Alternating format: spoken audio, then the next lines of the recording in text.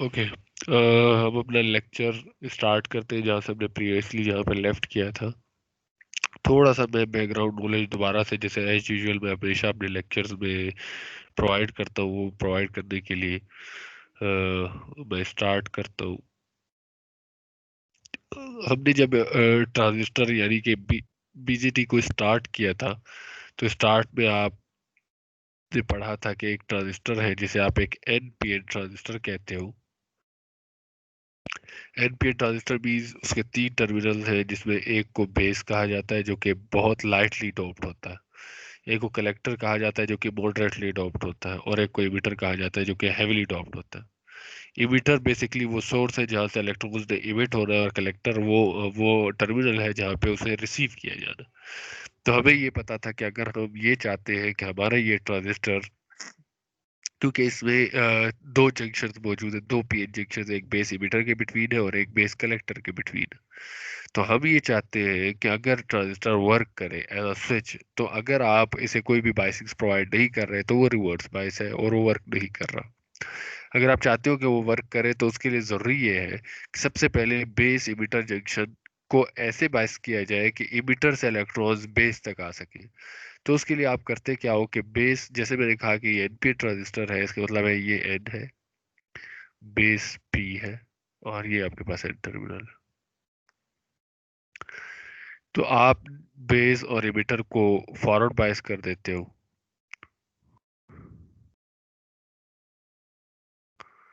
ठीक है, forward bias कर देते हो, और इसी तरह से आप कलेक्टर और इमिटर बेस को रिवर्स बायस कर देते हो।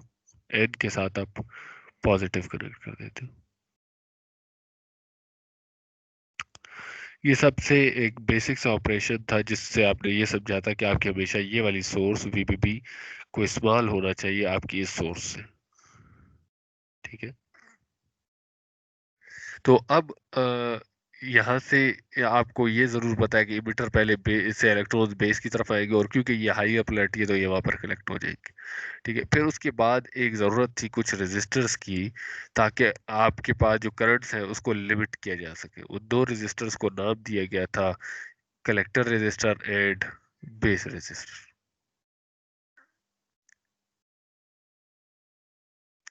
और बाज़ औक़ात आपको एक और रेजिस्टर की ज़रूरत पड़ती है जिसे आप इमिटर रेजिस्टर कहते हो, आर ई।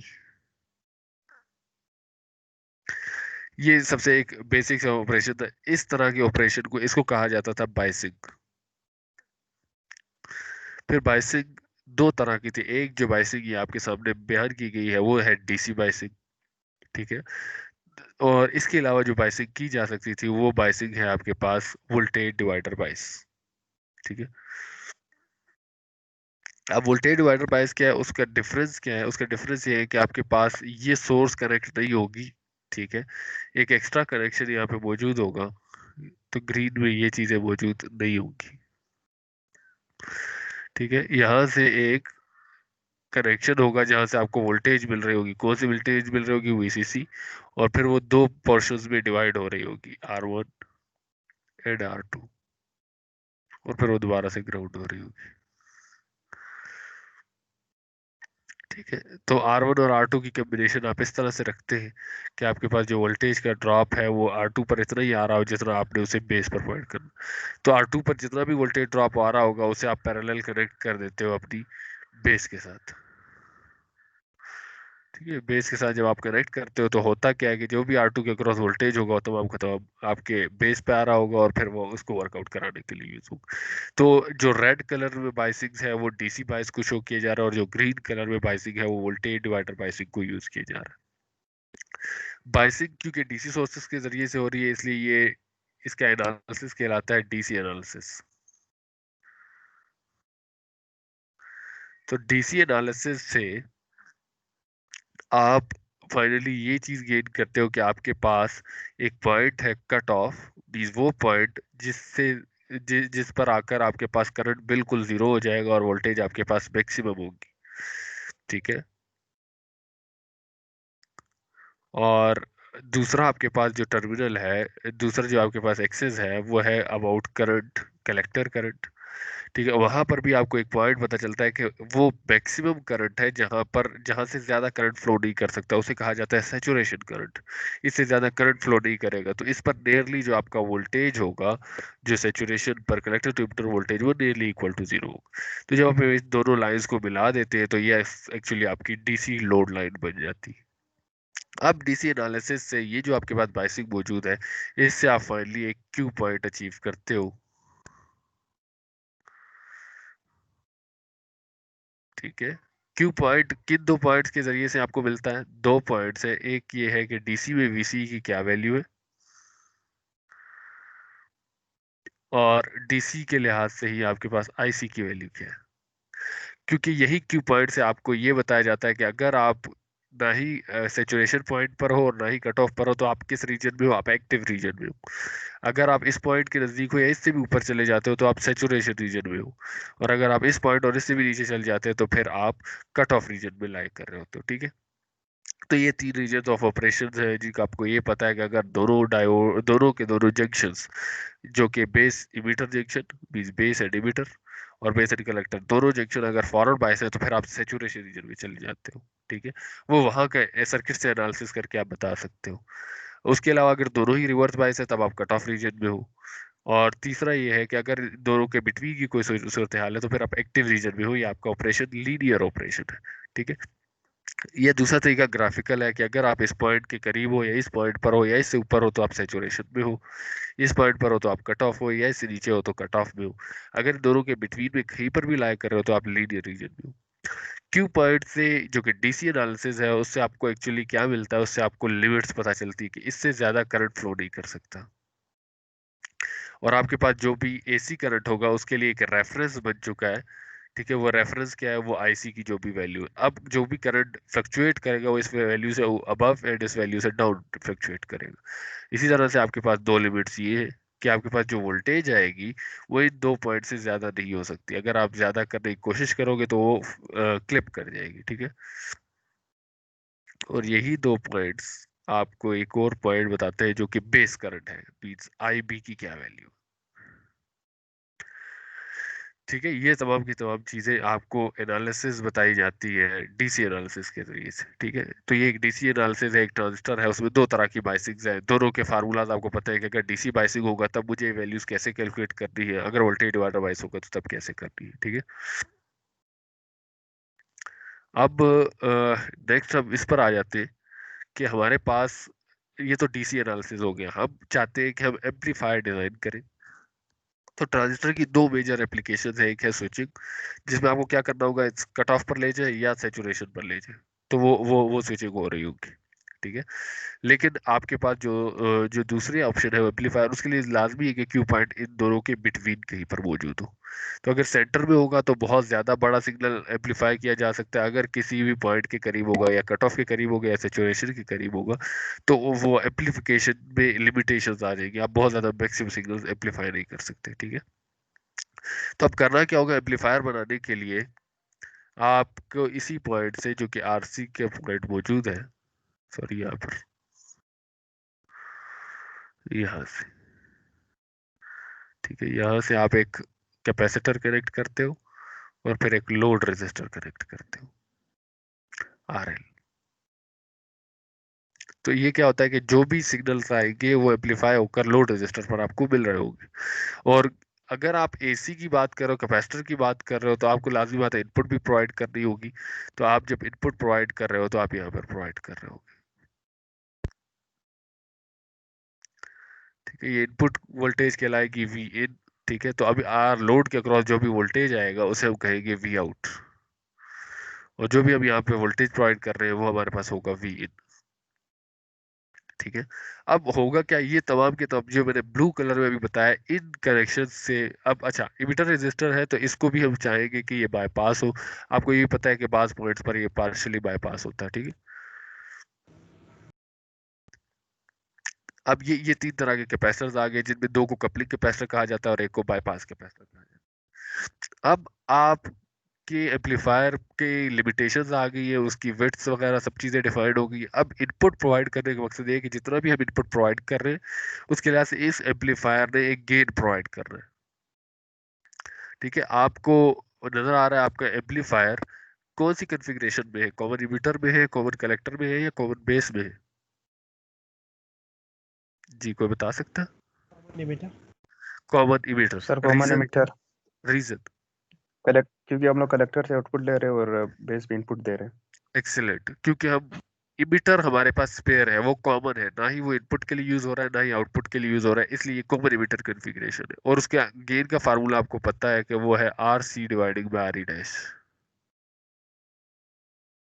तो इसके मतलब है हमें कोई गेन मिलेगा, उस गेन को हम इनपुट से मल्टीप्लाई करेंगे तो हमें क्या मिल जाएगा, हमें आउटपुट मिल जाएगी। ठीक है, तो एक्चुअली एसी एनालिसिस का हमारे पास यही फायदा है। इसी तरह से करंट के लिहाज से आपके पास जो भी इनपुट करंट आ रहा होगा, आपको करंट गेन कैलकुलेट करना होगा, उसके फार्मूलाज भी मैंने आपकी जो स्लाइड है उसमें मेंशन किए। तो करंट गेन जो आप फाइंड करोगे, उसको करंट फाइंड करने के बाद आपके पास आप आई इन से उसे मल्टीप्लाई करोगे तो आपको फाइनली आई आउट मिल जाएगा। ठीक है, अच्छा अब है क्या चीज, अब आपके पास जो एम्पलीफायर है वो आपके पास जो गेन सेट आपने किया उसके लिहाज से वो आपको एम्पलीफाई कर रहा होता है, उसके लिहाज से आपको रेंज डिफाइन करनी होती है। तो एक्चुअली क्यू पॉइंट का मतलब ये है कि ये एक रेफरेंस पॉइंट है जिसमें डीसी की आईबी की वैल्यू आ रही है। जब आप एसी कनेक्ट करते हो तो आप एसी की वैल्यू भी बेस की तरफ आ रही है, तो वो इस रेफरेंस पॉइंट पर फ्लक्चुएट कर रही होगी। और वो मैक्सिमम कहाँ तक जा सकता है, इस पॉइंट तक जा सकता है, इससे ज्यादा नहीं जा सकता, अदरवाइज वो क्लिप होने स्टार्ट हो जाएगी। इस आईबी के लिहाज से आपको आईसी मिल रहा होगा जो कि और भी एम्पलीफाइड होगा। लेट्स सपोज हम कहते हैं वही है। और ये कैसे होगा, जो भी आपके पास इनपुट करंट उसके लिहाज से आउटपुट करंट, इसका फार्मूला आपको याद है कि I C is equal to beta I B. एक तो फार्मूला ये है, दूसरा फार्मूला ये है कि आपको करंट गेन का फार्मूला बताया गया था कि आई सी डिवाइडिंग बाय आई इन, और फिर आई इन का फार्मूला भी स्लाइड्स में गिवन है।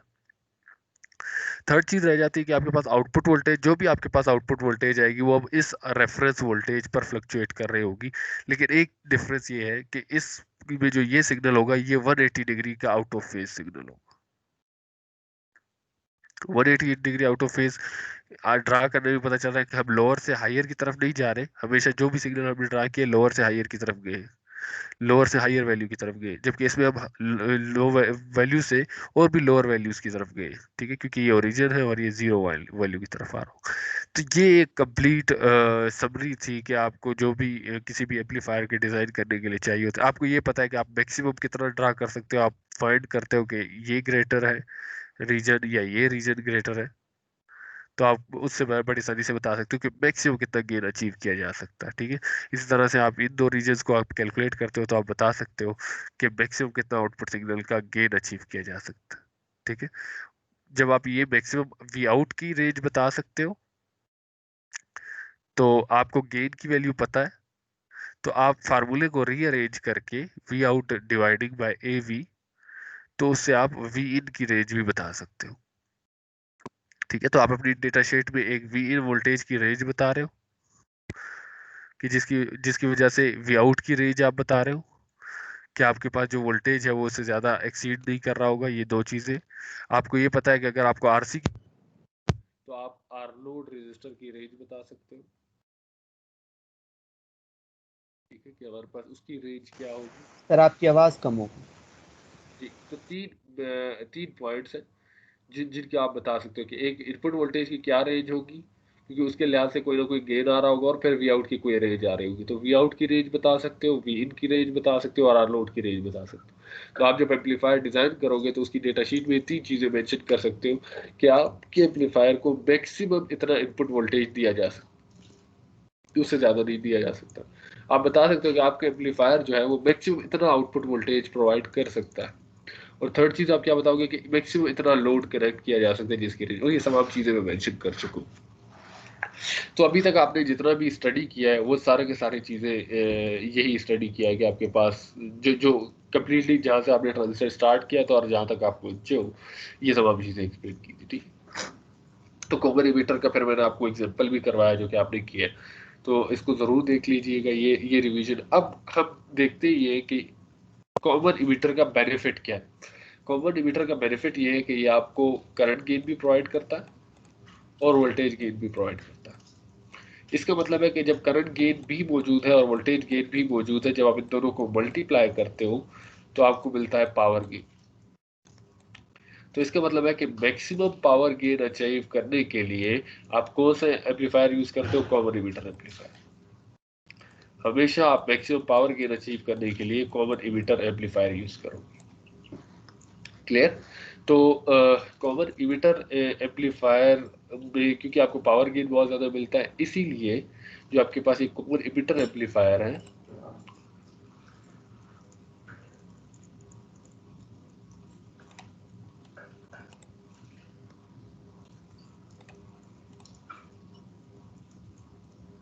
जो आपके पास कॉमन इमिटर एम्पलीफायर है, ये आगे जाके आप लोगों ने पढ़ना है जो इलेक्ट्रॉनिक इंजीनियरिंग या होपफुली या इलेक्ट्रॉनिक सर्किट डिजाइन में पावर एम्पलीफायर्स पढ़ेंगे। ठीक है, तो मैं फिर भी एक ब्रीफ उसका बताना चाहता हूँ। यहाँ पे कॉमन इमिटर एम्पलीफायर के जरिए आपको ये पता चला कि उसमें आप करंट गेन भी अचीव कर सकते हो और वोल्टेज गेन भी अचीव कर सकते हो। गेन का मतलब है ग्रेटर देन 1। ठीक है, वोल्टेज गेन भी ग्रेटर देन 1। तो इसकी वजह से आपको पावर गेन भी बहुत ज्यादा मिल जाएगा जो ग्रेटर देन 1 ही होगा। ठीक है, तो हायर पावर गेन के लिहाज से आप जो एम्पलीफायर सेलेक्ट करते हो हमेशा कॉमन इमिटर है। तो जब हायर पावर गेन इनसे मिलता है तो फिर हमेशा common emitter amplifier power amplifiers के लिए यूज होगा। ठीक है, एक स्लाइड आपको यहाँ पे उसमें स्लाइड पे मिल भी जाएगी जो कि पावर एम्पलीफायर्स पर है। अब पावर एम्पलीफायर्स का डिफरेंस क्या था? मैं एक बड़ा बेसिक सा डिफरेंस बता देता हूँ। जैसे मैंने कॉमन इमिटर, कॉमन कलेक्टर और कॉमन बेस का बताया था, मैं भी बड़ी आसानी से आपको 3-4 किस्म के एम्पलीफायर्स हैं।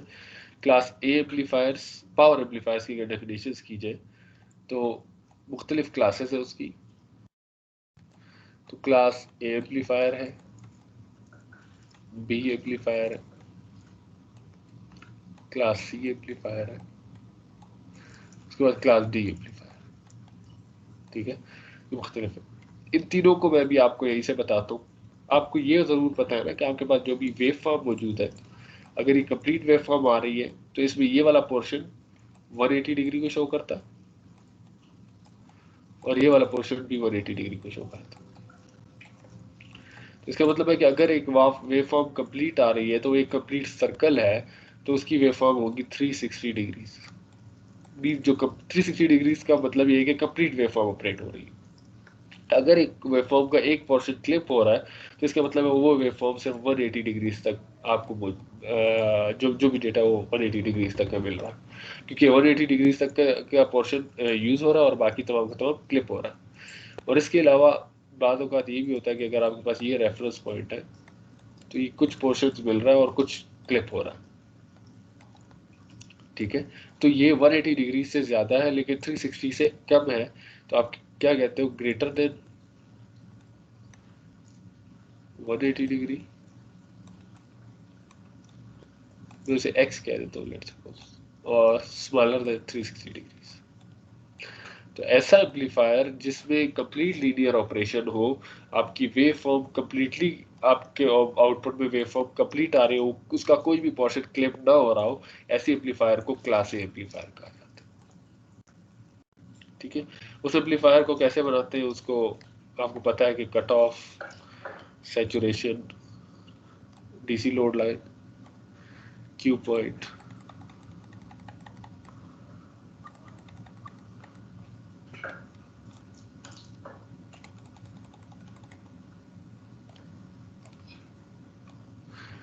तो वो क्या होगा? क्यू पॉइंट जब सेंटर में है तो आपके पास जो वेव फॉर्म होगी वो तमाम की तमाम वेव फॉर्म आपने सेट ऐसे की है कि वो तमाम की तमाम वेव फॉर्म इसमें आ रही है, इसी रेंज में आ रही है। तो आप देख रहे हो कंप्लीट वेव फॉर्म ऑपरेट हो रही है। उस तरह से यहाँ पर भी वेव फॉर्म देख रहे हो तो ये वो कंप्लीट वेव फॉर्म ऑपरेट हो रही है।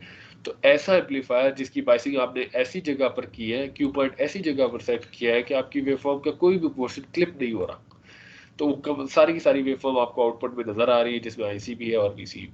तो ऐसे एम्पलीफायर को कहा जाता है क्लास ए एम्पलीफायर। ठीक है, फिर उसके बाद आपके पास आगे है क्लास बी एम्पलीफायर जिसमें एक पोर्शन क्लिप हो जाए। ठीक है, अब वो कैसे होगा?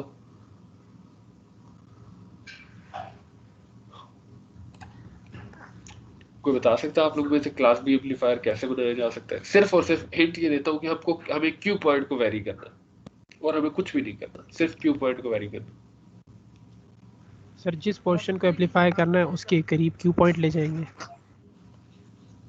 लेट्स सपोज मैं आपकी आसानी कर देता हूँ, मैं कहता हूँ कि मुझे ये वाला जो पोर्शन है ना वेव फॉर्म का, ये पोर्शन, ठीक है, जिसे नेगेटिव साइकिल कहा जाता है, मैं चाहता हूँ ये क्लिप हो जाए, ये now sir the saturated toward Q point जी सैचुरेशन की तरफ ले जाएंगे।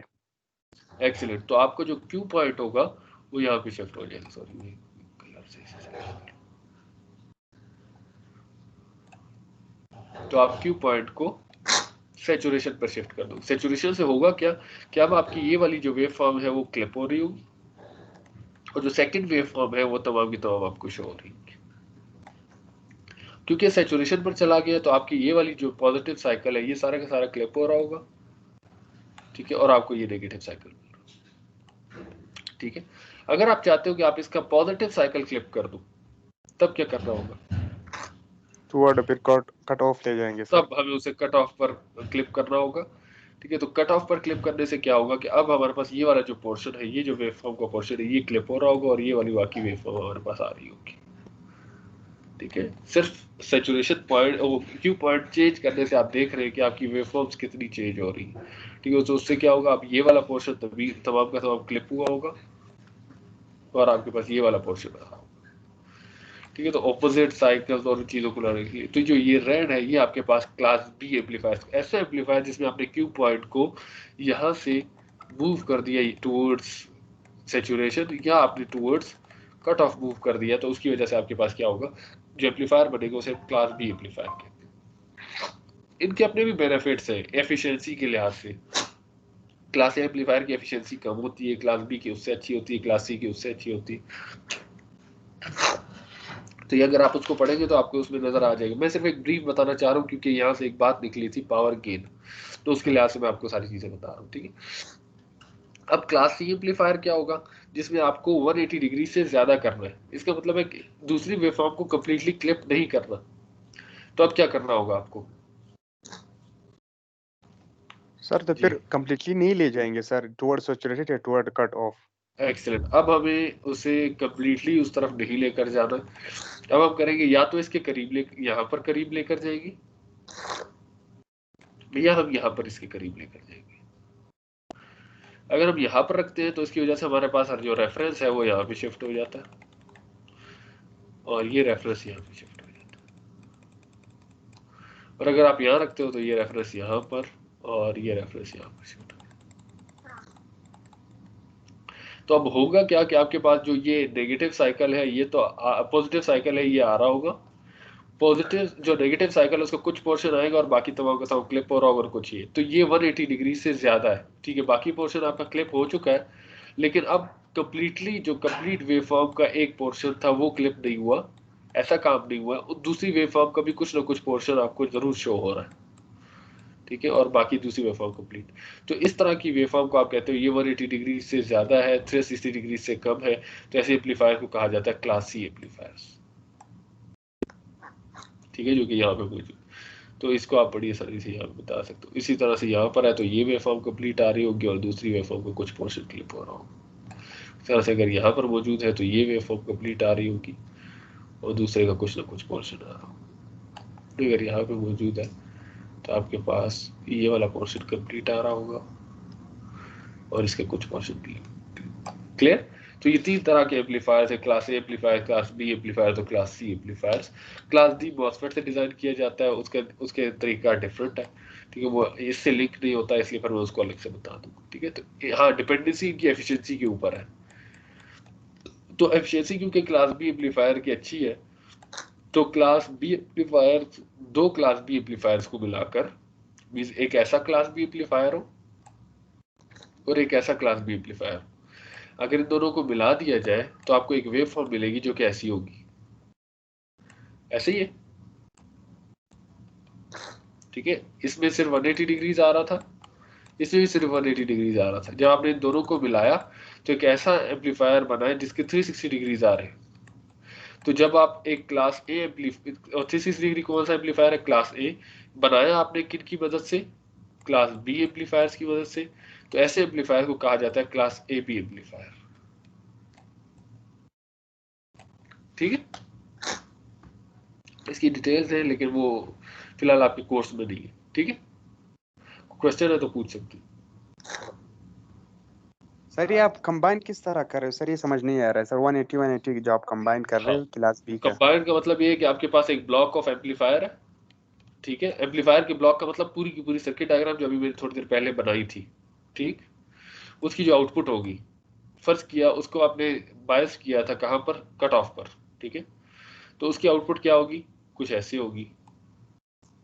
ठीक, एक और ब्लॉक ऑफ एम्पलीफायर है जिसको आपने सैचुरेशन पर बायस किया, तो उसकी वजह से उसकी आउटपुट कैसे होगी? ये वाली वेवफॉर्म आ रही होगी। तो उसकी आउटपुट की वेवफॉर्म ऐसे होगी। तो देख रहे हो, इसकी आउटपुट में पॉजिटिव साइकिल है, इसकी आउटपुट में नेगेटिव साइकिल है। अब इन दोनों को जब आप कंबाइन करते हो एक पॉइंट पर, एक नोड पर कंबाइन करते हो, तो आपको ये दोनों वेवफॉर्म, क्योंकि ये पॉजिटिव इस जीरो में ऐड होगा तो आपको यही पॉजिटिव वेवफॉर्म मिलेगी। इस तरह से ये नेगेटिव इस जीरो में ऐड होगा तो आपको ये नेगेटिव वेवफॉर्म मिलेगी। तो आपको पॉजिटिव और नेगेटिव दोनों वेवफॉर्म्स मिल रही। ठीक है, तो आप देख रहे हो आपने क्लास बी एम्पलीफायर्स के जरिए से क्लास ए एम्पलीफायर्स वाली आउटपुट अचीव की है। ठीक है, क्योंकि ये class A amplifier class B से बना है तो इसलिए इसका नाम दे दिया जाता है class A B amplifier. Clear? Yes sir. तो इसका मतलब है कि पूरे पूरे किस रीजन का? सर बैकग्राउंड रीजन नहीं, ब्रेक डाउन रीजन है शायद। सर ब्रेक डाउन जी जी जी। तो ब्रेक डाउन रीजन का जो आप पूछना चाह रहे हो वो लिमिट होती है कि आप कितना इनपुट वोल्टेज प्रोवाइड कर दो कि आपका डायोड बर्न आउट हो जाए, ट्रांजिस्टर बर्न आउट हो जाए। उसका इन चीजों से ताल्लुक नहीं। ठीक है, उसके लिए आपको अगर याद हो तो मैंने ये वाली एक सर्किट एक ग्राफ बताया था जिसमें यहाँ पर आके वो ब्रेक डाउन हो रहा था। उसका मतलब है कि यहाँ तक एक रीजन अचीव होता है जिसको ओमिक रीजन भी कहा जाता है कि आप वोल्टेज को इंक्रीज कर रहे हो तो करंट इंक्रीज कर रहा है, उसके बाद वो कांस्टेंट हो जाता है, लेकिन फिर भी आप वोल्टेज को बढ़ाते जा रहे हो। आप वोल्टेज को इतना बढ़ाते हो कि एक पॉइंट आता है जिसके बाद वो जल जाता है। ठीक है, इस तरह के ग्राफ होगा और फिर आपको मुख्तलिफ किस्म के इस तरह के ग्राफ शो किए थे। ठीक है, तो एटलीस्ट आपको नो हाउ हो कि पावर एम्पलीफायर्स कौन से एम्पलीफायर कौन सी कॉन्फ़िगरेशन से बनेंगे? कॉमन एमिटर एम्पलीफायर की कॉन्फ़िगरेशन से। क्यों? क्योंकि वो करंट गेन भी प्रोवाइड करते हैं, वोल्टेज गेन भी प्रोवाइड करते हैं, इसलिए वो एक अच्छा पावर गेन प्रोवाइड कर सकते हैं। ठीक है, तो पावर गेन अच्छा प्रोवाइड कर सकते हैं तो वो पावर एम्पलीफायर्स के लिए यूज हो सकते हैं। पावर एम्पलीफायर्स की मुख्तलिफ क्लासेस है, class A B C, class A B, class D. फिर आपको बताया कि इनको डिफ्रेंशिएट कैसे किया जाता है। अगर 360 डिग्री तक ऑपरेट हो रहा है तो क्लास ए, अगर 180 डिग्री तक हो रहा है तो क्लास बी, अगर 180 और 360 के बिटवीन में है तो क्लास सी। अगर दो क्लास बी एम्पलीफायर से मिलाकर एक क्लास ए एम्पलीफायर बनाया जाएगा तो उसे कहा जाता है क्लास ए बी, और उसकी ग्राफिकल रिप्रेजेंटेशन भी आपको बता दी। क्लियर? कोई क्वेश्चन तो नहीं है? तो हम अपने लेक्चर की तरफ दोबारा से आ जाते हैं। No sir. ठीक है जी।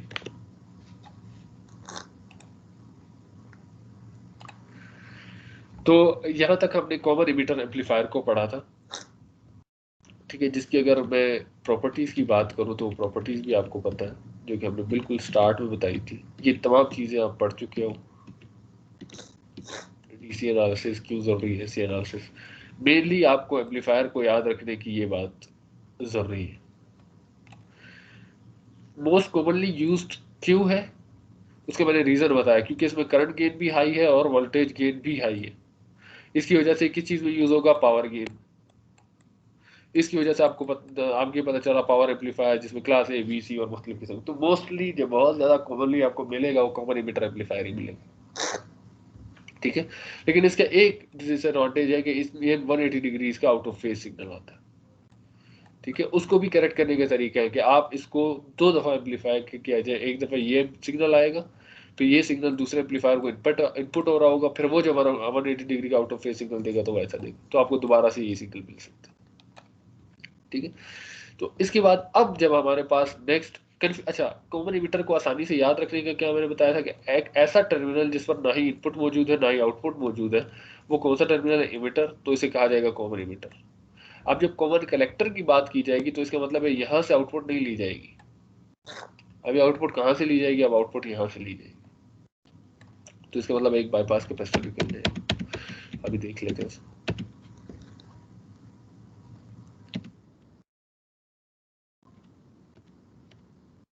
ठीक है, तो ये देख रहे हो आप कॉमन कलेक्टर एम्पलीफायर।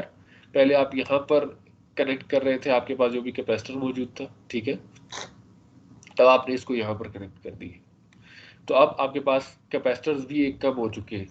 अब पहले 2 कपलिंग कैपेसिटर और एक बाईपास कैपेसिटर था, अब आपके पास 2 कपलिंग कैपेसिटर आ गए। ठीक है, तो आप अगर इस डीसी एनालिसिस की तरफ चले जाते हो तो डीसी एनालिसिस में कौन सी बायसिंग यूज हुई है? जी, कोई बता सकता है कौन सी बायसिंग यूज हुई है? सर वोल्टेज डिवाइडर बाइस। Voltage divider bias. तो इसके मतलब है आप वोल्टेज डिवाइडर बायस वाले फार्मूला यूज कर लोगे और उस वोल्टेज डिवाइडर बायस को यूज करते हुए आप इस ग्राफ तक पहुंच सकते हो। क्या क्यू पॉइंट है, क्या लिमिट्स है और क्या सारी चीजें। ठीक है, तो डायरेक्टली आप डीसी बायस की जितने भी फार्मूला है वहां तक पहुंच सकते हो। अब नेक्स्ट सर चीज यहाँ है पे एक चीज समझ नहीं आ रही जी। सर, क्या हमारे पास जब डीसी अप्लाई करेंगे यहाँ पे तो लोड के साथ तो कैपेसिटर लगा हुआ है, कैपेसिटर तो वर्क ही नहीं करेगा डीसी के लिए सर, तो फिर वो लोड के आउटपुट हमें साथ कहाँ जी, पे तो मिलेगा? हमें हमें कभी भी लोड के साथ डीसी को कनेक्ट नहीं करना होता। यही तो हम मतलब पहले भी यही आउटपुट करते आ जब रहे। अगर जी आउटपुट हमें चाहिए मतलब सर डीसी का। जी, आउटपुट हमें यस सर, कभी भी नहीं ओके समझ चाहिए आया। होता डीसी की। बिल्कुल डीसी सर, का मकसद सिर्फ बिल्कुल ये बिल्कुल। है, ये क्यू पॉइंट और ये वाले पॉइंट्स। यस ठीक है, सर, बिल्कुल आगे हाँ, समझ। इसके ऊपर एसी। यस ठीक है, सर तो जी सर जी जी, पूछे अभी पूछे। वोल्टेज डिवाइड में जो 2 रजिस्टर लगे हैं, आप 3 रजिस्टर भी लगा सकते हैं सर। जी लगा सकते हो, आप सर अपने जब फार्मूलात को और कॉम्प्लेक्स वोल्टेज करो। डिवाइडर सर आप 2 रजिस्टर लगा, जी पूछे पूछे सर आप। हम 3 रजिस्टर लगा सकते हैं सर। बिल्कुल लगा सकते हैं, नहीं 10 भी लगा सकते हो। सर वो जो वोल्टेज जी, तो वोल्टेज क्या होगा? सर आपकी आवाज वोल्टेज डिवाइडर में सर जो 2 रजिस्टर लगा हुए हैं सर, हम 3 रजिस्टर लगा सकते हैं सर। जी जी लगा सकते हैं मेरे। उसका फिर सर नुकसान वो ये होगा, आइडिया सर थोड़ा बताओ, समझ नहीं आ रहा है। वो आपने आपने आपको आप कम्प्लेक्स करने का काम करोगे। एक काम जो 2 रजिस्टर से हो सकता है आप 3 से करना चाहोगे, तो आपको बेसिकली फिर 3 रजिस्टर एडजस्ट करने होंगे और जो आखिरी तीसरा रजिस्टर होगा उस पर वही वोल्टेज सेट करना होगा आपको जो आपके यहाँ पर R2 के क्रॉस सेट है। लेट सपोज आपको 5 वोल्ट चाहिए, तो और यहाँ पर आपके पास 15 वोल्ट है, तो आपको रजिस्टर की कम्बिनेशन ऐसे करनी पड़ेगी कि 5 वोल्ट ड्रॉप यहाँ पर हो रहा हो, 5 वोल्ट का ड्रॉप यहाँ पर हो रहा हो, 5 वोल्ट का ड्रॉप यहाँ पर हो रहा हो, फिर आप इसे यहाँ पर कनेक्ट कर रहे होंगे। इसकी वजह से आपका फार्मूला बड़ा डिस्टर्ब हो जाएगा। इसकी वजह से आपके पास जो फार्मूला है आपके पास वो वोल्टेज डिवाइडर का R2 divided by R1 plus R2 plus R3 भी करना पड़ेगा आपको। ठीक है, तो आप अपने कैलकुलेशन को और कम्प्लेक्स कर रहे होंगे और फिर यहाँ पर ट्रांजिस्टर को अप्लाई कर रहे होंगे। ठीक है, तो सही है सर, इस सर अभी समझा। 3, हाँ ये 3 या 10 या जितने भी उसे करने से अच्छा सिर्फ 2 किए जाए। अगर आपके पास यहाँ पर 15 वोल्ट है और आपने यहाँ पे 5 सेट करना है तो आप ऐसे करोगे कि 5 यहाँ पर आ जाए और 10 यहाँ पर आ जाए, बस ये सेट करना होगा सिर्फ। उसके लिए करना क्या होगा कि इसकी रेजिस्टेंस अगर 5 ओम है तो इसकी रेजिस्टेंस डबल होनी चाहिए, 10 ओम होनी चाहिए। तो जितनी ज्यादा रेजिस्टेंस होगी उतना ज्यादा वोल्टेज ड्रॉप होगा, जितनी कम रेजिस्टेंस होगी उतना कम वोल्टेज ड्रॉप होगा। तो आपको इनकी कम्बिनेशन सेट करनी होती है। ठीक, सही है सर, सर अभी समझा। ओके ओके ठीक है। इसे कहा जाता है इमिटर फॉलोअर। इमिटर फॉलोअर सिर्फ नाम यूज किया जाता है। ठीक है, इमिटर फॉलोअर इसलिए किया जाता है कि जो भी इमिटर पर जितना भी आपके पास आ रहा होगा उसको फॉलो कर कर आगे डिस्ट्रीब्यूट किया जा रहा होगा। इमिटर पर जो भी चीज़ आ रही है वहाँ आउटपुट पर जा रही है, कोई कलेक्टर्स की तरफ से नहीं आ रही। ठीक है, क्योंकि ये कॉमन कलेक्टर है, कलेक्टर टर्मिनल को आप यूज नहीं कर सकते, इसलिए आपने इमिटर को यूज किया। तो इमिटर पर जो भी आ रहा होगा वही आगे फॉलो किया जा रहा होगा। ठीक है, उसके अलावा इसकी हाई इनपुट रेजिस्टेंस होती है। आर इनपुट रेजिस्टेंस तो आपको पता है ना, आर इन बेस और आर इन टोटल, ये 2 चीजें तो आप लोग को पता है क्योंकि आप प्रीवियस लेक्चर्स में भी देख चुके हैं। क्वेश्चन यहाँ पर है, कोई बता सकता है हाई करंट गेन, इसका current gain common emitter amplifier से भी हाईयर है, कॉमन इमिटर से भी हाईयर है, कोई बता सकता है क्यों?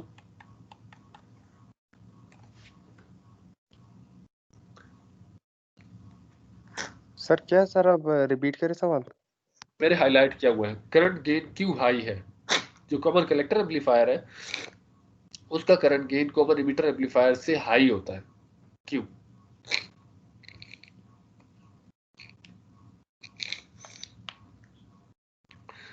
सर एम्पलीफिकेशन हो रही होगी सर। एम्पलीफिकेशन तो लाजमी बात है, हो रही है तभी हमें गेन मिल रहा है जी, लेकिन क्यों? मैं आपके लिए थोड़ा सा आसान कर देता हूँ, इसको थोड़ा सा आपके सामने विजुलाइज कर देता हूँ। आरसी रेजिस्टर होता है यहाँ पे, और कॉमन इमिटर में यहाँ पर कैपेसिटर लगा होता है और लोड रेजिस्टर लगा होता है जी। सर वहाँ पे क्या हमारे अगर ये साथ लगा एक होगा तो मतलब आरसी रजिस्टर था सर, यहाँ पे रजिस्टर नहीं हमारे साथ। यहाँ पर भी आरई रेजिस्टर है, सर वो तो करंट तो डिवाइड हो रहा है सर। वहां पर भी होता है, आरसी और आरएल पैरेलल आते हैं अगर आप एसी एनालिसिस भी जाते हो, और अगर आप नहीं भी जाते तब भी वो डिवाइड होता है। जो भी करंट यहाँ पर आ रहा होगा उसे दो पोर्शन में डिवाइड होना है, यहाँ पर भी जाना है और यहाँ पर भी जाना है जी। बहुत सिंपल सा आंसर है इसका वैसे, कि वो हमारे भी पास हाँ, आउटपुट हाँ, रेजिस्टेंस कम है। इनपुट रेजिस्टेंस कम है, नहीं आउटपुट इनपुट रेजिस्टेंस तो नहीं, उसका तो ताल्लुक नहीं है, वो भी एक रीजन हो सकता है। वैसे बता सकते हैं आउटपुट रेजिस्टेंस क्यों कम है? शायद आप वहां से आंसर बता सको, आउटपुट रेजिस्टेंस क्यों कम है? क्योंकि सर आरई और आरएल एक दूसरे के साथ पैरेलल है। इन दोनों का जो इक्विवेलेंट लेंगे सर वो कम ही आएगा। तो आरसी के साथ जो पैरेलल आता है वो भी तो कम ही आता है।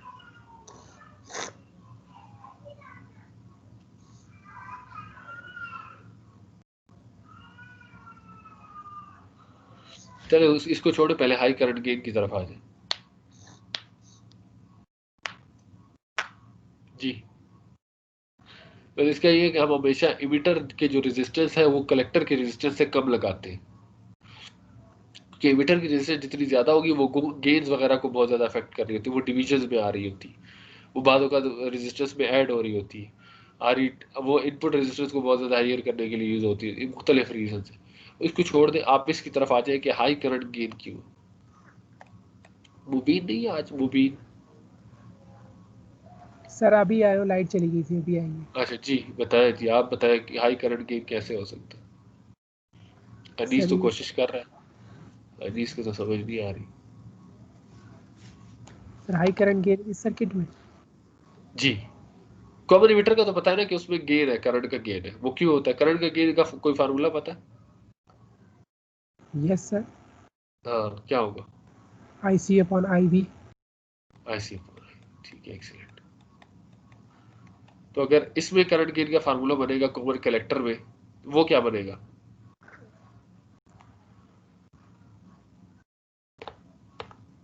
जी, सर ये फिर इसका आउटपुट शायद का जो अनीस आंसर कर सके। हाँ, आउटपुट करंट क्या होगा? आउटपुट करंट जो आई हमारे साथ होगा, I. Excellent, excellent Anees, I E upon I B. याद है एक जगह पर अल्फा का जिक्र आया था, मेरे ख्याल से यस मैं सर, बात करंट बताऊंगा। गेन। एक चीज था बीटा गेन, उसको लिखा गया था IC upon I B, beta gain को लिखा गया था alpha IC upon I I है। बी, और एक को लिखा गया था अल्फा, उसको लिखा गया था आई ई अपॉन। तो ये करंट गेन है कॉमन इमिटर कॉन्फ़िगरेशन में, ये करंट गेन है कॉमन कलेक्टर कॉन्फ़िगरेशन। ठीक है, इसलिए मैंने वहां पर बाईपास किया था कि मैंने कहा आपको बाद में बताऊं। ठीक है, तो अभी तो बड़ी चीज सिंपल है यार। अभी बता सकते हो कि क्यों इसका करंट हाई है, गेन हाई है? सर अल्फा की बीटा से सर वो इंक्रीज होता है। अल्फा क्यों बीटा से इंक्रीज होता है पता है? सर क्योंकि उसमें बेस का करंट भी आ रहा है। वो दोनों में आ रहा है,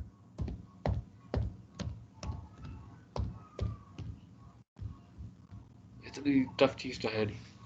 मैं भी आपको एक चीज, सिंपल सी चीज बताता हूँ। IB दोनों की डिवीजन में है। इसका मतलब है इधर से कोई फर्क नहीं पड़ सकता। बस फर्क कहाँ से पड़ता है? IC और IE से। IC ग्रेटर होता है या IE ग्रेटर होता है? Sir IE। तो जब IE ग्रेटर होगा तो अल्फा ग्रेटर होगा या बीटा ग्रेटर होगा? Sir alpha. एक्सेलेंट। तो सिंपल सी जो अल्फा लॉजिक है, हाँ एक्सेलेंट। अब सिंपल सी बात ये है कि सर आपके पास जब आप IE इमिटर कैसे से ग्रेटर होगा? IE हेलो कैसे सर, ग्रेटर आपकी होगा? आवाज नहीं IE कैसे ग्रेटर होगा ये पूछ रहे हो? Sir IE yes equals to IE beta IB। Heavily doped होता है। आई ई इज IE जो इक्वल है, टू IC प्लस IB।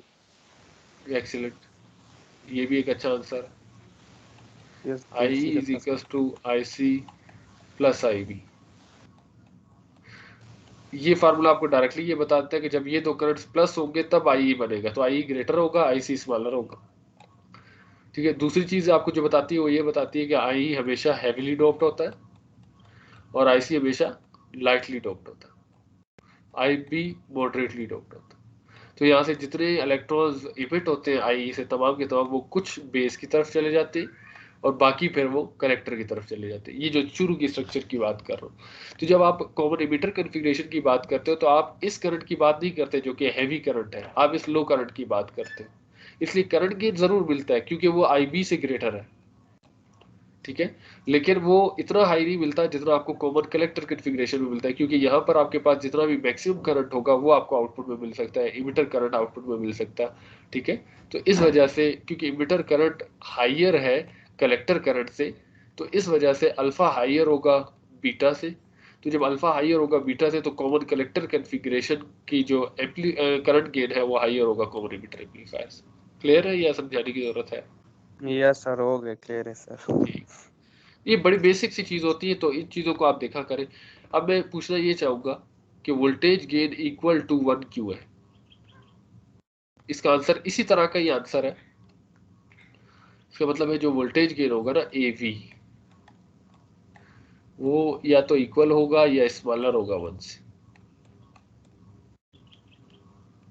वो क्यों? सर क्योंकि आप हमेशा IC नहीं है तो RC नहीं है। RC नहीं, RC के ताल्लुक ही नहीं, क्योंकि हम तो आउटपुट पे यहाँ से ले रहे हैं। अब हर बार तो हम आउटपुट को नहीं देखेंगे। वैसे गेन का फार्मूला क्या है वोल्टेज गेन का? सर क्योंकि इनका वोल्टेज सेम है सर, जो हमारे पास तकरीबन जो VB होगा और जो VE होगा सर। एक्सीलेंट एक्सीलेंट, जी जी बताएं। VB और सर VE कैसे अप्रोक्सीमेटली इक्वल हो सर सकते हैं? हमारे पास जो output divided by input sir, जो आउटपुट डिवाइडेड बाय इनपुट हमारे पास सेम होंगे तो इनकी वैल्यू हमारे पास 1 ही आएगी सर। कैसे कैसे वन? यहाँ तक मैं आपकी बात मान चुका हूँ, ये बात भी मान चुका हूँ, ये भी मान चुका हूँ। इक्वल जी कैसे हो गए अप्रोक्सीमेटली इक्वल? ये कैसे आप शो कर रहे हो, कैसे इस चीज को वेरीफाई कर रहे हो? क्योंकि सर ये दोनों एक दूसरे के साथ पैरेलल में थे। सर इनके दरमियान जो रेजिस्टेंस है हमारे पास सर। मैं आपकी बात को आसान कर देता हूँ। आप यस सर, जो BE है, VBE।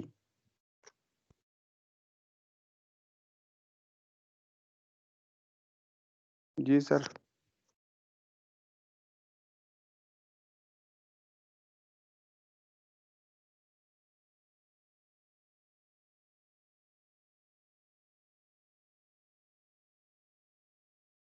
सर आपकी आवाज नहीं आ रही सर। सर आवाज नहीं है सर। सर आपकी आवाज नहीं आ रही।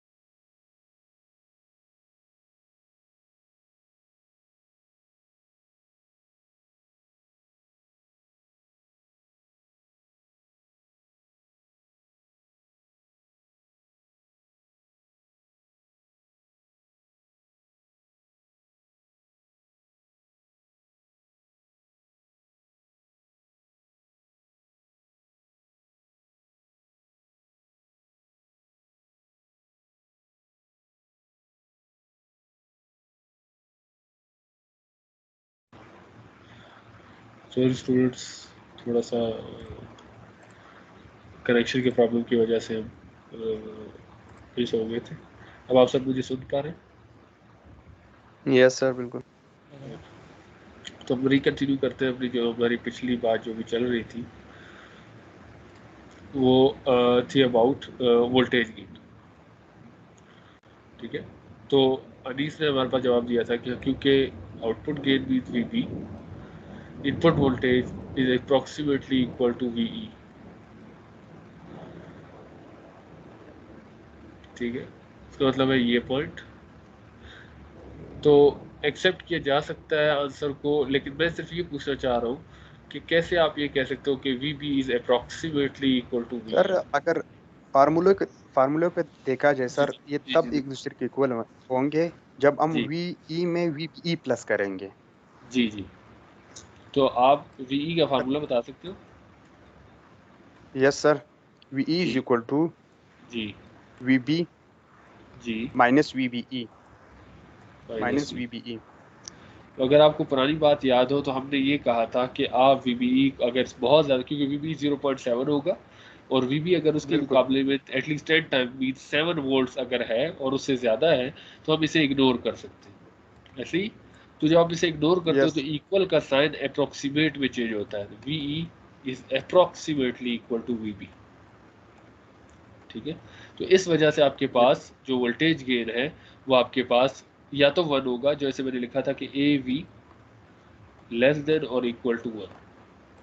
ठीक है, अगर वीबी बहुत ज़्यादा स्मॉलर था और वीबी, तभी तो ये दोनों इक्वल हो जाएंगे। अदरवाइज वीई की वैल्यू स्मॉलर होगी वीबी से। ऐसे ही है ना, ये गेन का फार्मूला है, A V equals to VB upon VB, yes sir. Output voltage dividing by input voltage.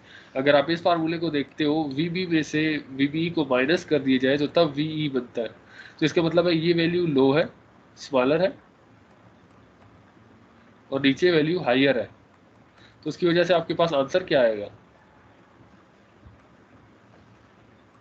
ऊपर स्मॉलर वैल्यू है और नीचे higher value, V B greater है और वी सर स्मॉलर है, स्मॉल आई। तो यस सर, ए वी का small value. Answer 1 से भी स्मॉलर आएगा। ठीक है, तो इसलिए आप हमने इसे ये सिंबल यूज किया है कि आपके पास जो ए वी है उसका गेन या तो 1 होगा या 1 से भी स्मॉलर होगा। ठीक है, ये समझ में आई ये बात? Yes sir. ठीक है, उसके बाद हम नेक्स्ट पे चले जाते हैं। Power gain is nearly equal to current gain.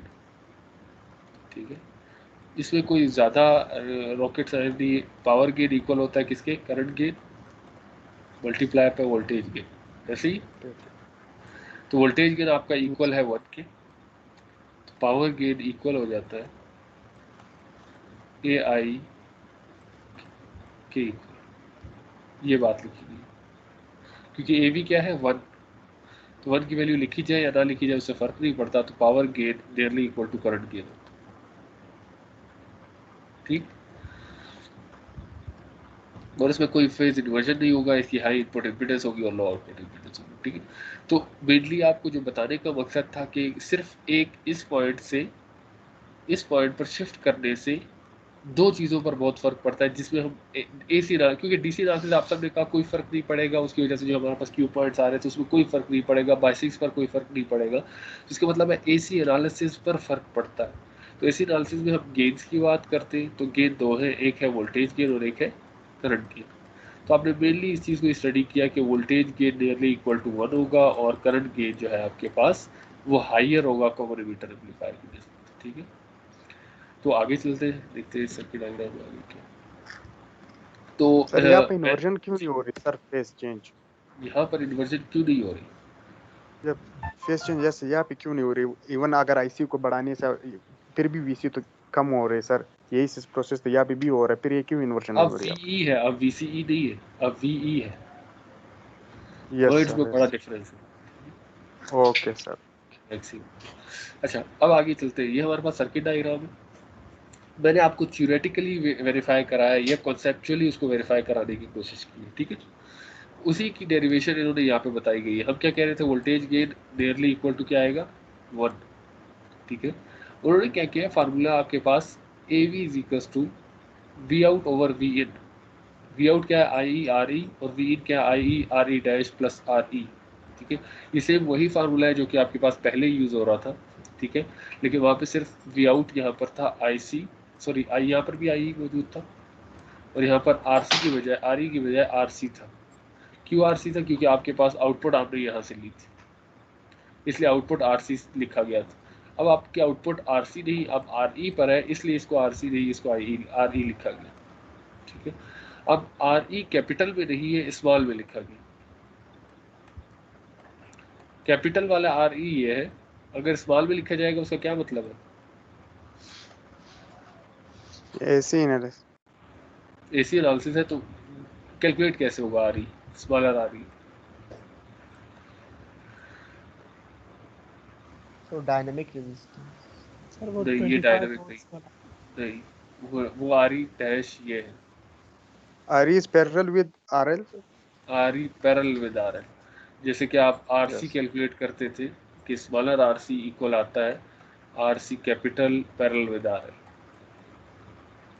ठीक है, तो आपके पास सिर्फ डिफरेंस क्या आया कि अब यहाँ पर जो पहले आर सी की वैल्यू आ रही थी, अब आपके पास किसकी वैल्यू आ रही है? आर ई की वैल्यू आ रही है। तो उस आर ई की वैल्यू आने का मकसद क्या है? क्योंकि अपर में भी आ रही है और नीचे भी आ रही है। नीचे आ रही है किस लिए आ रहा है? क्योंकि आपके पास ये बाईपास नहीं हो रहा, आर ई बाईपास नहीं हो रहा। ठीक है, Yes, sir. तो इस वजह से वो यहाँ पर आ रहा है। तो R E dividing by R E dash plus R ई, और नीचे लिखा गया कि अगर ये वाली कंडीशन हो जाए कि आर ई बहुत ज़्यादा स्मॉलर हो आर ई की वैल्यू से, तो ये दोनों इक्वल हो जाएगी, और आप इसको जब काट दोगे एक दूसरे से तो आपके पास आंसर क्या आएगा? 1। अगर लेट्स सपोज आर ई बहुत ज़्यादा स्मॉलर नहीं भी है, तो फिर ये दोनों प्लस होकर हाइयर वैल्यू बनाएंगी, और ये एक लोअर वैल्यू होगी। तो लोअर डिवाइडिंग बाय हाइयर, तो आंसर आपके पास 1 से भी लेस आएगा। 1 से कम है, sir. क्लियर? तो ये उसकी थ्योरेटिकल एक्सप्लेनेशन है या मैथमेटिकल एक्सप्लेनेशन है, और पहले मैंने आपको उसका कॉन्सेप्चुअल आंसर बताया। अगर कोई क्वेश्चन है तो पूछ सकते हैं। सर अब यहाँ पे हमें RE को बहुत ही बड़ा करना होगा ना, आर ई को बड़ा क्यों करना होगा? ताकि RE के निगलेक्ट कर सके। आप नहीं भी निगलेक्ट करो, आप जितनी भी कोशिश कर लो, आप इससे वोल्टेज गेन अचीव नहीं कर सकते अगर आपको ये फार्मूला समझ में आया। बहुत ज़्यादा भी कोशिश कर लोगे तो आपका आंसर 1 के इक्वल आएगा, अदरवाइज आप स्मॉलर देन 1 रहोगे। इसको ऐसे लिखना चाहिए, ठीक है, अदरवाइज आप स्मॉलर देन 1 रहोगे। क्यों? Yes. क्योंकि आर ई की वैल्यू अगर 10 थी लेट सपोज, तो अगर आप उसको निगलेक्ट करोगे तो ये 10 डिवाइडिंग बाय 10 इक्वल आ जाएगा 1 की। ठीक, अगर ये निगलेक्ट नहीं होगा तो 10 डिवाइडिंग बाय, लेट्स सपोज की वैल्यू 1 है, 10 प्लस 1 11, तो ये जो इसका आंसर आएगा वो लेस देन 1 आएगा, शायद 0.9 समथिंग आता है आंसर। ठीक है, Yes, sir. तो इसलिए ये कभी भी निगलेक्ट करो या ना करो, आपका आंसर 1 से ज़्यादा नहीं आ सकता, इसीलिए आप इसमें कभी भी वोल्टेज गेन अचीव नहीं कर पाओगे।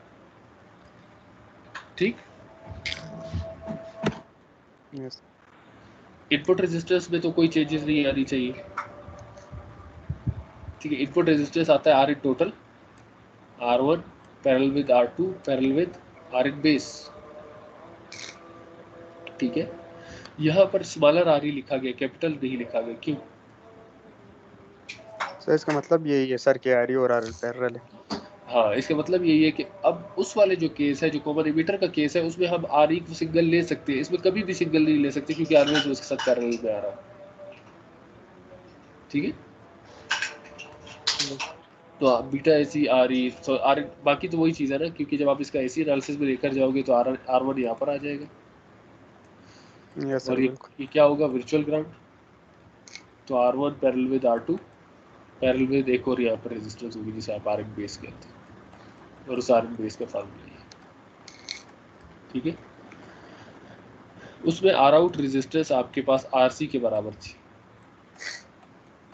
ऐसे ही अगर आपको Yes. याद हो, कॉमन एमिटर में RC की इक्विवेलेंट थी। इसकी पूरी कैलकुलेशन है, इसकी आर आउट रेजिस्टेंस इसकी इक्विवेलेंट आती है, और ये जितनी भी वैल्यू आ जाए ये पैरेलल विद RE है। जब कोई चीज़ पैरेलल में होती है तो वो और भी कम हो जाती है, और भी रिड्यूस हो जाती है, इसलिए आपने शुरू में प्रॉपर्टीज में देखा होगा कि इसकी आउटपुट रेजिस्टेंस कम है। ठीक है,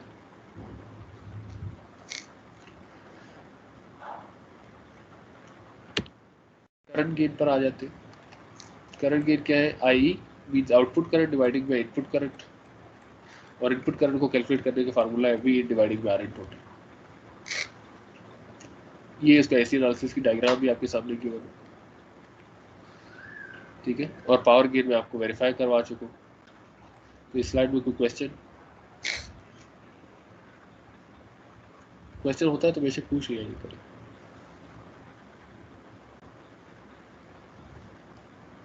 जी कोई क्वेश्चन नहीं? हाँ सर। समझ आया आपको? सर अगर इसको डीसी सोर्स करें तो फिर सर इसका फार्मूला क्या होगा सर? किसको डीसी सोर्स करें? जो ये अभी एसी सोर्स है सर, अगर डीसी सोर्स हो जाए तो फिर सर? जी सर यही। अच्छा, इसको अगर हम डीसी सोर्स करें, वैसे डीसी सोर्स को करना क्यों है? सर वैसे सर इसका फिर फार्मूला क्या होगा सर? फिर तो आप एम्पलीफायर नहीं बना सकते, फिर तो एम्पलीफायर ही नहीं होगा।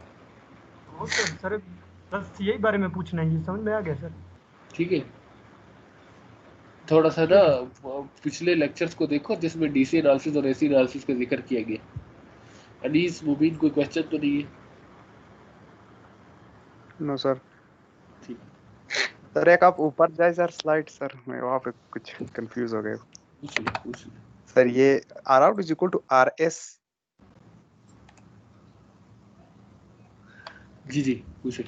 सर ये समझ आर एस, ये इसकी डेरिवेशन है, मैंने डेरिवेशन यहाँ पर लिखी नहीं है इसलिए मैंने इसको डायरेक्ट बताया, इसकी उस चीज़ों में नहीं किया। Yes sir, yes sir. ठीक है, इसकी पूरी डेरिवेशन है कि क्यों ये इस तरह से आता है। सर आर एस क्या शो कर रही है वैसे? ये आर एस ये चीज़ है। यो यस सर, यस सर। ठीक है, ये कभी भी ये नहीं होगा कि ये आउटपुट में काउंट हो रहा हो। वो होगा ऐसा कि आपके पास आउटपुट की कोई वैल्यू होगी जिसके एनालिसिस की वजह से आपके पास ये उसकी फार्मूला में आ रहा होगा। Yes sir. ठीक है, आगे चले। तो ये एक ऐसे एनालिसिस की उसकी सर्किट डायग्राम है। सर्किट डायग्राम से फिर हमने ये करंट, असल में मैं इस स्लाइड पर इसलिए टाइम नहीं लगा रहा क्योंकि ये चीज़ मैंने आपको कॉन्सेप्चुअली पहले समझाई है, ये भी कॉन्सेप्ट वाइज पहले समझाई है, और ये भी आपको कॉन्सेप्ट वाइज पहले समझाई। अगर फिर भी क्वेश्चन है तो मैं आंसर करने के लिए तैयार हूँ। जी नहीं है? No sir. आगे आ जाते हैं हम कॉमन बेस एम्पलीफायर। इसमें सबसे पहले मैं एक चीज कहता हूँ कि यहाँ पे लिखा गया करंट गेन इक्वल टू 1 या नियरली इक्वल टू 1। मैं इसको थोड़ा सा कहूँगा नियरली इक्वल टू। कोई आंसर कर सकता है कैसे?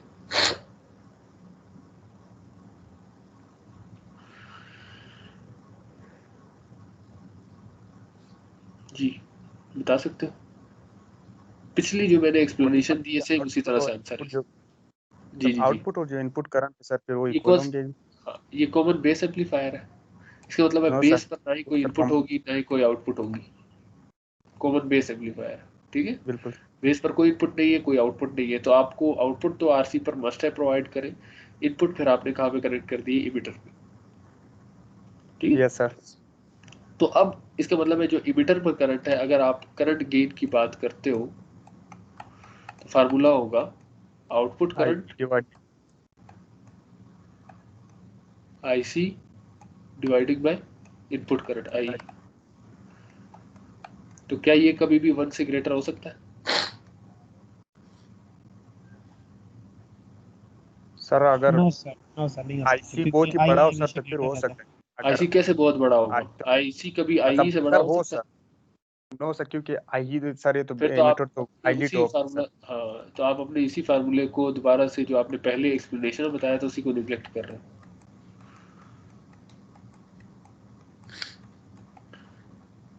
ये दोनों मिलकर आई बनाते हैं, तो अगर ये इंक्रीज होगा तो ये भी इंक्रीज हो जाएगा, बिल्कुल ये सर। और इंक्रीज होगा तो ये और इंक्रीज हो जाएगा, तो इनका रेशो सेम रहेगा। हाँ ये हो सकता है कि आई भी बहुत ज़्यादा स्मॉलर हो जिसकी वजह से आप इसको निगलेक्ट करो। तो आप नॉर्मली एक टर्म यूज करते थे, I E is approximately equal to I C. अगर ये वाली डेरिवेशन आ जाएगी तो फिर आपके पास आंसर 1 के इक्वल आएगा, अदरवाइज स्मॉलर देन 1। ठीक है, समझ गए? और सर जब किसी भी न्यूमेरिकल में हमें आई भी गिवन नहीं होता सर, तब भी जी हम लोग तो आईसी और आईयू को अप्रोक्सीमेटली इक्वल ही ले लेते हैं सर। जी हम नॉर्मली, क्योंकि मैंने वोल्टेज डिवाइडर जब आपको बताया था उसमें यूज हो रहा था स्टिफ वोल्टेज डिवाइडर, वहाँ पर आपको बताया था कि स्टिफ वोल्टेज डिवाइडर यूज करने का मकसद यही है कि बेस की तरफ बहुत कम करंट चले जाए। Yes sir. ठीक है, तो इस वजह से हम बार बार उसे ले रहे होते थे। तो अभी आप इसका अगर डीसी एनालिसिस करते हैं सर्किट डायग्राम का, तो इसके डीसी एनालिसिस में ये कौन सी बाइसिंग यूज हुई है? Sir voltage voltage divider. Voltage divider bias. तो आप इसका मतलब है कि ये वाला ग्राफ इससे निकालोगे वोल्टेज डिवाइडर बायस के जरिए से, EQ पॉइंट भी इसी तरह से निकालोगे। ठीक है, ये डीसी एनालिसिस सेम वही चीज रहेगी। तो डिफरेंस कहाँ पर आएगा? एसी एनालिसिस में। ठीक है, तो दोबारा से इसकी इनपुट आउटपुट रेजिस्टेंस हाई हो गई और इनपुट रेजिस्टेंस आपके पास लो हो गई। ठीक है, इनपुट रेजिस्टेंस लो इसलिए हो गई क्योंकि वो इमीटर पर कनेक्टेड, और इमीटर बहुत ज़्यादा हैविली डोप्ड होता है, मींस वो बहुत ज़्यादा कंडक्शन को फेवर करता है, बहुत ज़्यादा कंडक्शन को अलाउ करता है। ठीक है, तो अब हम आगे देखते हैं कि ये, अच्छा ये वाली बात समझ में आई? थर्ड पॉइंट, इसकी एक्सप्लेनेशन की यस जरूरत सर है? बिल्कुल। आप नो सर।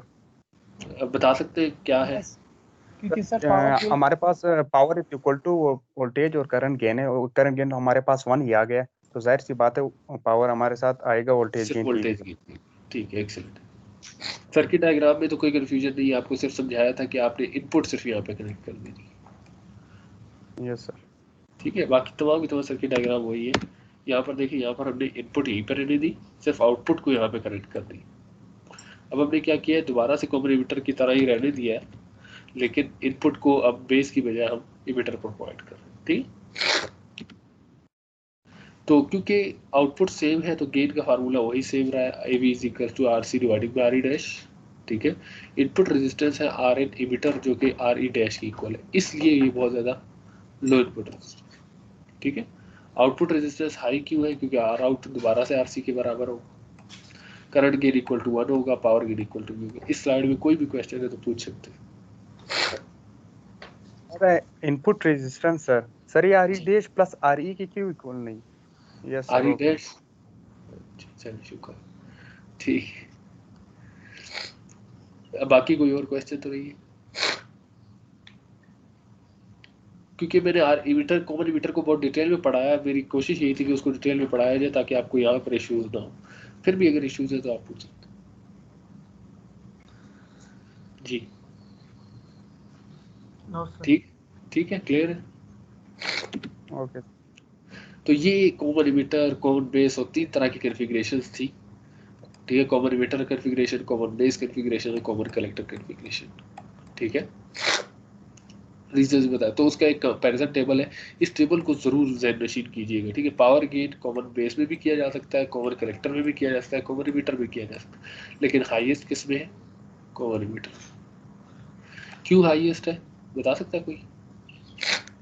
सर क्योंकि वोल्टेज और करंट दोनों का गेन होगा। दोनों का गेन प्रोवाइड किया जा रहा है। वोल्टेज गेन कॉमन बेस में है, कॉमन इमीटर में भी है, लेकिन कॉमन कलेक्टर में इक्वल टू 1 होता है या लेस देन 1 होता है। ठीक है, जो भी हमने पढ़ा।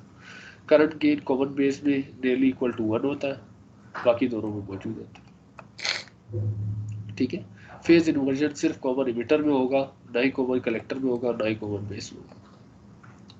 उसके बाद इनपुट रेजिस्टेंस की बात की जाए तो कॉमन बेस की इनपुट रेजिस्टेंस लोएस्ट है। क्यों लोएस्ट है? क्योंकि ये RE डैश के बराबर होती है। RE डैश बहुत कम रेजिस्टेंस होती है। 50 ओम में इन्होंने फिर भी ज़्यादा लिखे हैं, हम नॉर्मली एग्जाम्पल्स में भी देख रहे हो, मैक्सिमम 8 ओम तक गई है।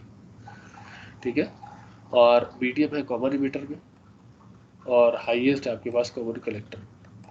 ठीक, उसके बाद आप आउटपुट रेजिस्टेंस इम्पीडेंस की बात करते हैं तो लोएस्ट है कॉमन कलेक्टर, क्योंकि वो इमीटर के साथ आ रही है। ठीक है, बाकी हाईएस्ट है आपके पास कॉमन बेस में और मीडियम है आपके पास। तो ये एक चार्ट है जो कि पूरा समरी कर देता है। ये क्यों ज़रूरी है पता? क्योंकि बाद औक़ात आपको एप्लीकेशन में मैं ये कहता हूँ कि यार मुझे एक ऐसा एम्पलीफायर बना के देना जिसमें फेज इन्वर्जन ना हो, तो इसका मतलब है कि आप इस वाले चार्ट को तो बिल्कुल नहीं देखोगे, क्योंकि उसकी पहला ऑब्जेक्टिव क्या है, वो यहाँ पे फुलफिल होता है। समझ में बात को? कि यस आप सर। सबसे पहले चले जाओगे कि यार या तो मैं अभी कॉमन कलेक्टर की तरफ जाऊँ या कॉमन बेस की तरफ जाऊँ, तो उसके दूसरे ऑप्शन की तरफ जाओगे कि वो क्या चाहता है। उसके बाद वो आपको कहता है कि मुझे करंट गेन ज़्यादा चाहिए, मुझे करंट गेन ज़्यादा चाहिए, वोल्टेज गेन जैसा भी हो कोई मसला नहीं। तो करंट गेन आप देखोगे कि यार करंट गेन जो है वो यहाँ पर तो है नहीं, तो यहाँ पर है, तो इसका मतलब है आप ये नहीं यूज़ कर सकते। तो फाइनली इस चार्ट के जरिए से आपको पता चलेगा कि मैंने उस बंदे के लिए अगर कोई एम्पलीफायर बनाना है तो वो कॉमन कलेक्टर एम्पलीफायर बनाना, तो उससे मुझे क्या हो जाएगा, उसका करंट गेन भी हायर मिल जाएगा, उसको फेज इन्वर्जन भी नहीं मिलेगी। ठीक है, समझिएगा बात को, ये चार्ट इसलिए इंपॉर्टेंट है। यस तो इसको देखकर, क्योंकि ये सारी बातें हमने वहां पर की और उसका खुलासा ये है, तो इस खुलासे से आप डायरेक्टली बता सकते। अगर वो कहता है कि मुझे फेज इन्वर्जन चाहिए, फिर तो आपका काम आसान हो जाता है, आप डायरेक्टली इस तरफ चले जाते हो। अगर वो कहता है नहीं फेज इन्वर्जन का से कोई फर्क नहीं पड़ता, मुझे वोल्टेज गेन भी चाहिए और करंट गेन भी चाहिए, तब आप किसी तरह तब भी आपको मॉनिटर की तरफ चले जाओ। बाद में तो वो ये सर, कहते क्या हैं कि हमें हमारे फेज इन्वर्जन से कोई फायदा मिलता है सर? बेस कर सकता है किसी स्पेसिफिक एप्लीकेशन पर। अभी मुझे कोई स्पेसिफिक एप्लीकेशन नहीं याद कि वहाँ पे हमें फेज इन्वर्जन हेल्प कर सके। बाद में आपको चीज़ों को ऑपोजिट करना होता है, इन्वर्ट करना होता है। ठीक है, ये सिग्नल में या कम्युनिकेशन में यूज़ हो सकता है, ये इस चीज़ में यूज़ हो सकता है कि आपने एक सिग्नल को यहाँ से ट्रांसमिट किए, कि आप नहीं चाहते कि रास्ते में अगर कोई और उसे कैच करता है तो उसे स्टडी कर सके, रीड कर सके। ठीक है, जैसे कि आपने मिसाल के तौर पर आप किसी को मैसेज भेजना चाहते हो कैट, ठीक है, CAT उसकी स्पेलिंग है, कैट आप वो भेजना चाहते हो, लेकिन आपने भेजा क्या है TAC, लेकिन आपने अपने दरम्यान में प्रोटोकॉल सेट कर दिया है कि जब भी मैं कोई मैसेज भेजूंगा तो आप उसको ऑपोजिट पढ़ोगे। ठीक है, तो वो एंड से पढ़ेगा कैट। जैसे कि मिसाल के तौर पे आपने मैसेज, मैं यहाँ पे लिख देता हूँ, आपने मैसेज ये भेजना था, अभी इन्वर्जन बता रहा हूँ, तो आपने भेजा क्या है उसको TAC। तो आपको ये पता है जिसके साथ प्रोटोकॉल सेट हुआ है उसको ये बताया गया कि हमेशा आप जो मैसेज रिसीव होगा उसको इस साइड से रीड करोगे, तो इसका मतलब है कि वो उसे रीड करेगा तो वो उसे भी कैट स्टडी करेगा। लेकिन जिसको ये प्रोटोकॉल नहीं पता होगा वो इसे टैग स्टडी कर रहा होगा और फिर सिग्नल को ट्रैप नहीं किया जा सके। ठीक है यस जी, आगे चले। Okay sir. थोड़ा सा ब्रेक करते, उसके बाद फिर मैं आपका डार्लिंगटन पे स्टार्ट कर, अगर आप कहते हैं तो कंटिन्यू करते, अगर कहते हैं तो हम कोई 10-15 मिनट की ब्रेक कर सकते हैं। जी ओके सर, ब्रेक के बाद में ठीक है जी, हम 1:30 हो रहे हैं, 1:45 पे इंशाल्लाह मिलते हैं। ठीक, 1:30 हो रहे हैं, 1:45 पे इंशाल्लाह। Okay, thank you.